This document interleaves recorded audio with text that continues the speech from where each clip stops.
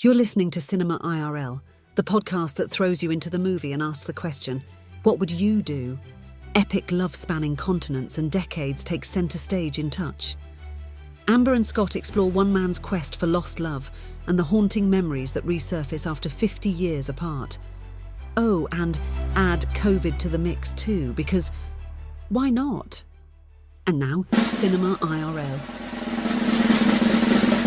I wish I could switch places for just one day. If you find yourself in the unique position, what would you do? Put yourself in my shoes. How do we handle this? What would you do? What would you do? How do you want to handle this? What would you do? Put yourself in my position. What would you do? Now it's your turn. Alrighty, this episode we are talking about the film Touch. It's about a widower with early onset dementia who embarks upon a cross-continental trip to find his soulmate during the pandemic, and it's someone he lost touch with about 50 years ago who just seemingly disappeared.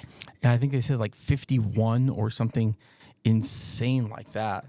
So this is interesting in the fact that it's a period piece during the pandemic, and that just adds a whole other layer to this film, which I thought was interesting. Yeah, but... So our main character is Christopher, and he is looking for this woman that he fell in love with in his around early 20s named Miko, who they had worked at a restaurant together, her father's restaurant, and he has a crush on her, and then finally she returns the interest, and they have this hidden relationship because they don't think her dad will approve. And then one day, goes gone, and the restaurant's closed, and Christopher, who is a visiting student in London originally from Iceland, doesn't know what happened to her, and 50 years passes, and he realizes that he only has so much time left, and he wants to try and track down Miko. Yeah, he lost his job and his girlfriend at the same time. That sucks. Yeah, it does indeed. Yeah. Well, I think it goes to speak about how little time it can take someone to leave a lifelong impression. Yes. Because, I mean, it didn't seem like that much time had passed. Yeah, I would agree. Maybe a couple of months. Yeah, exactly. But, I mean, enough so that 50 plus years later, he comes looking for her. So first of all, under the what would you do, good on him for realizing that you have like the cognitive impairment leading to dementia, being self-aware enough to know that if I've got something I need to do it now. Yes, because so many people will just live in denial. Right. They live in denial. They live in denial. They live in denial. It's the same until reason. The point that they can't make their own decisions anymore. Yeah, I was going to say it's the same reason people don't write wills is because they live in denial that either they're going to die or they think it's some sort of voodoo hocus pocus if they talk about a will. It's like the same rationale where people whisper, cancer. Like if you talk about something, it's actually going to happen. Yeah, so good. I mean, and I know you and I have had conversations about it, but people with dementia, when the loved ones have dementia, they say they basically die twice. Right. There's the first when they stop being able to truly know the people around them, and then the second time when they actually die. Like I said, good on him for knowing well enough that this is it. This is my last chance. I do this now or I do this never. Right. It was clear to him, or clearly, this was not something he was okay with never. Right, because this woman was just... I don't know if she was the one, but maybe she was the first meaningful one because we find that he certainly dated and had girlfriends before, but it seems like this was the first one that really mattered. I always say that most people have, like for me, their pedestal girl or you pedestal guy. And it's that one person that there was just such a strong impression when they were very young that was made on them that they literally could never get this person out, even no matter how much they might want to. Now, that doesn't mean they can't move on with their life and move forward with everything. You absolutely can, but it's the person that you've put on so high of a pedestal that, like, you can't ever tear the pedestal down. It's so huge in your life that even if you try to tear it down, you can't, because that's not how emotions work. Well, a pedestal implies that you are overlooking faults. Someone's on a pedestal. It's like, at least that's my interpretation of pedestal. You put someone on a pedestal, it's like they can do no wrong. It's like if they, kick you in the shin, it's like that there was something wrong with your shin. That's a terrible analogy, but I'm saying is that when someone's on a pedestal, that you do not see them for who they truly are. You mean like if they don't contact you for 51 years and they leave all of a sudden out of the blue and don't tell you? Like those are the kind of faults you're thinking about? Well, I'm thinking more of when you have the relationship with someone that you put them on a pedestal. And that's the thing. So yes, I agree with you. It is in that you can do no wrong, but the reason that they're on that pedestal is because they're not someone who's doing them wrong. Like generally you don't have the person who's wronging you on the pedestal. It's something that's implanted young when you're very impressionable. It's You mean in general? Yeah, I mean it is like they say, the one that got away.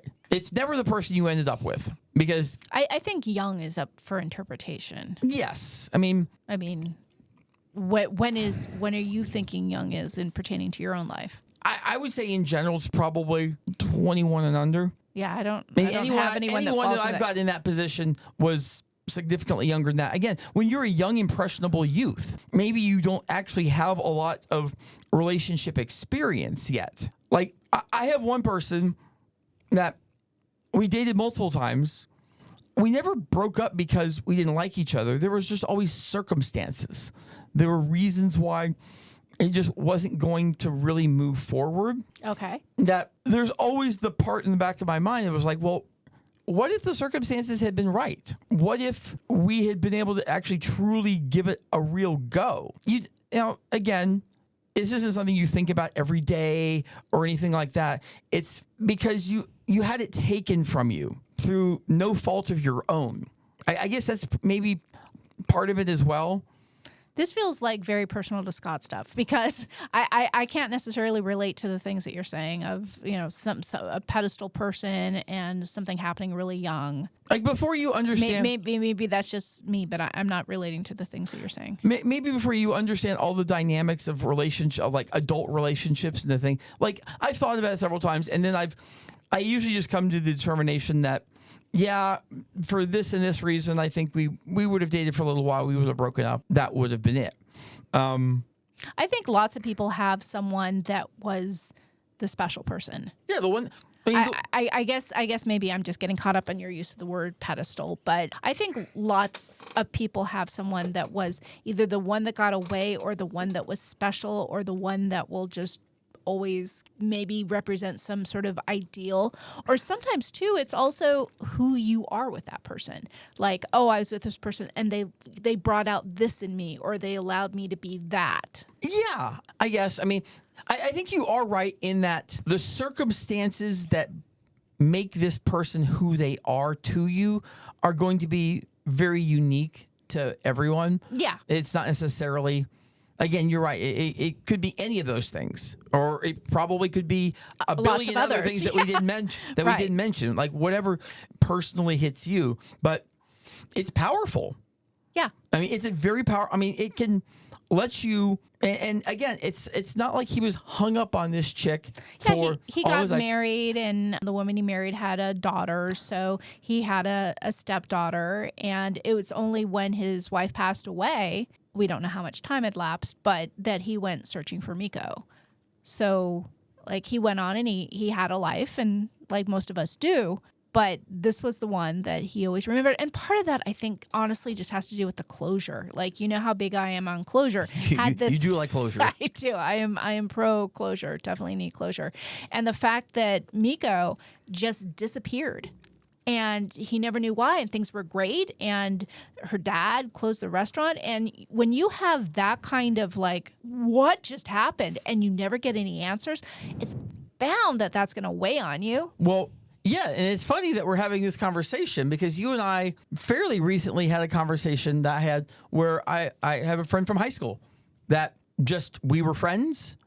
I mean, like, we were friends after high school, like well after high school, like into 30s and 40s. And all of a sudden one day, we weren't friends on Facebook anymore. She didn't respond to anything. She completely ghosted me. Now, mind you, I had no romantic past with this girl whatsoever. She was a friend of mine. As of right now, I still have no idea, none whatsoever. And even though it wasn't like my best friend or anything like that, the lack of knowing, the lack of closure is so much that it almost makes this friendship in my mind bigger now that it's gone than it ever was when it was here, because it weighs down on you with the whole thing. And like, if I could ever know, like, oh, I'm not friends with you anymore because ... Right. That whole weight would be gone. Right. And I would be fine. And that's, I guess that's the thing. That's why I'm very anti-ghosting. Very anti-ghosting. Well, and generally that's certainly a good philosophy. It's interesting how some people have a more compelling need for closure. Like I definitely know I am on the high spectrum for I definitely need closure, even on silly, stupid, irrelevant things.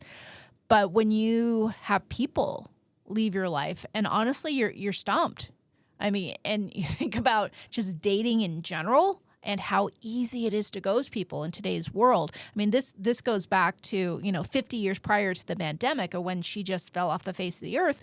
And back in those days, you didn't have any recourse. You couldn't be Googling people. You couldn't be doing all of, all the websites will track down personal information. You couldn't track them down on social media. Someone was just gone. And that, like, as many issues as I have with the uber connectedness of today's world and people's addictions to their phones and people constantly being compelled to scroll and compare themselves on social media, I will say the one positive that I do see in today's technology is that you don't have to lose track of people if you don't want to. Yeah, and that's, for me, that's huge. I don't live within 1,000 miles of where I went to high school or college. While I do have a couple of random high school / college friends that are in this greater area, they're actually nobody I've seen since I've lived out here. Like, so if it weren't for technology and if it weren't for social media, I would lose touch completely with so many people. But I guess from talking with other people, I've realized now I have an unusually high, for my age, number of friends from high school and college I'm still in contact with. Again, you do. You have a large number. Maybe of people. not every day. Maybe not every month. But month. You have access to them. You're connected on Facebook, and if you wanted to reach out to these people, you know how. And I think sometimes that's all it needs. Like, the fact that you know the bridge is there, right? You don't have to walk over it. You just have to know that if you want to walk over it, you can. Yeah, and that's how it used to be with phone numbers. If you had someone's phone number and if they moved and you got that pew, pew, pew, this number is no longer in service. Oh my gosh. And then they're like, what do you do? Yeah. And some people had their phone numbers listed in that big old yellow phone book, and some people didn't. Yeah. I mean, you lose touch. I mean, I did. I had people Oh, wait, I need to clarify. It was the yellow book, but people were listed in the white pages. Yes, that's right. Yeah, I mean, and I had people who are, to this day, still important to me that I lost touch with for years because they were just gone and I didn't have contact way. And you eventually find them. Like, it takes, at least in today's society, you only need one person to think about the other person enough to go sleuthing on social media to find them. That's so true, because as you were talking, I was thinking about there are a small handful of people I have sought out after years and years after the fact because they made an impression on me, and I have had people search me out that I made an impression on. And in those circumstances, I have to say, a lot of those times I was surprised. Like, I didn't know that this person would have me on their radar for a long period of time afterwards. And it's interesting because sometimes it is just one person who is impacted by another person. It's not always necessarily like, hey, we were best friends and we both cared about each other and we lost touch. Sometimes it is just one person. But I've actually experienced that myself. I actually have a couple of friends from high school that I've said that I'm better friends with. Okay, maybe not now today because of the way life's gone, but 10 years ago. Mm-hmm. Better friends with them then than I even was in high school because we were just classmates. We were around. We saw each other. But you find out sometimes later, especially because when they seek you out, you realize, okay, there's a I mean, something happened that this person's still impressionable on me. And especially if you find that it's mutual, because that's the thing. Person A can search out person B, and without person B thinking about it or whatever, but that doesn't mean that person B wouldn't think about it at some point or hasn't thought about it and just maybe puts it off because life is like, okay, I'm too busy to try to find this person. But like if they came back into your life, you'd be thrilled. And some people think about things and some people do things. The person is like, oh, I should really reach out or try and do this. And the person says, I'm going to reach out or I'm going to do this. Yeah. I mean, sometimes it's about taking action. But under What Would You Do, we are talking about him a lot here. And as well we should, because was the action. But Miko, it's been 51 years since you've seen this guy. And he shows up on your doorstep in Japan. Yes. This Icelandic guy shows up on your doorstep in Japan. What do you do? Oh, and you have COVID. Yeah, she was just released from the hospital and was at home. Yeah, I mean, wow. I have to say, if someone tracked me down that I had been dating for a couple of months after 50 years, wow. And without getting into this too much, it turns out that the reason Miko disappeared is she was pregnant with his baby. Yeah. And her dad wanted her to have an abortion, and she wound up having the baby. Or, I'm sorry, maybe the dad didn't want her to have an abortion. He didn't want her to keep the baby. Yeah. And so she ended up, the baby was adopted by another family. And she found him and has been tracking him from afar, but going as far to visit the restaurant that he owns having a relationship with him as just a customer. Yeah, she talks to her son all the time. Right. But the son has no idea that it's his mom. Right. And then, so yeah, it becomes the what would you do on both of their parts. I mean, she's been established relationship. He, 51 years later, finds out he has a son. Realizes he has a son. So I guess I don't know if I could sit across, like have them come up to me and not say something. But he didn't. Yeah. And I wanted to provide that detail because when you say, what if this guy just shows up on your doorstep? It's not like it's a guy that, oh, gee, we had this relationship and, I've thought about him here and there. She had his baby and continues to stay in the life of their son by visiting the restaurant. So if someone showed up after 50 years who was the father of my son that I had to give up for adoption that he never knew about, I can't even imagine the flood of emotions, because I've got to think if it were me, some of it would maybe be relief. Like, I've been carrying this secret with me all of these years, and my dad whisked me away, and I had a baby, and I had to give it up for adoption. I can finally tell you what happened. Yeah, I mean, it was closure for her as well. I mean, it was strong mutual. I mean, though I'm not sure it was closure. I mean, it kind of sounded like they were. It was the beginning of something new. Rekindling that relationship. Last, what would you do? It didn't happen in the movie, but I do want to bring it up. Mm-hmm. What if you are that son, and your mom's been talking to you for a while? Your dad shows up for the first time, and somehow one of them, probably him, says, "Hey, FYI, I know it's been like 51, 52 years, but we're your biological parents."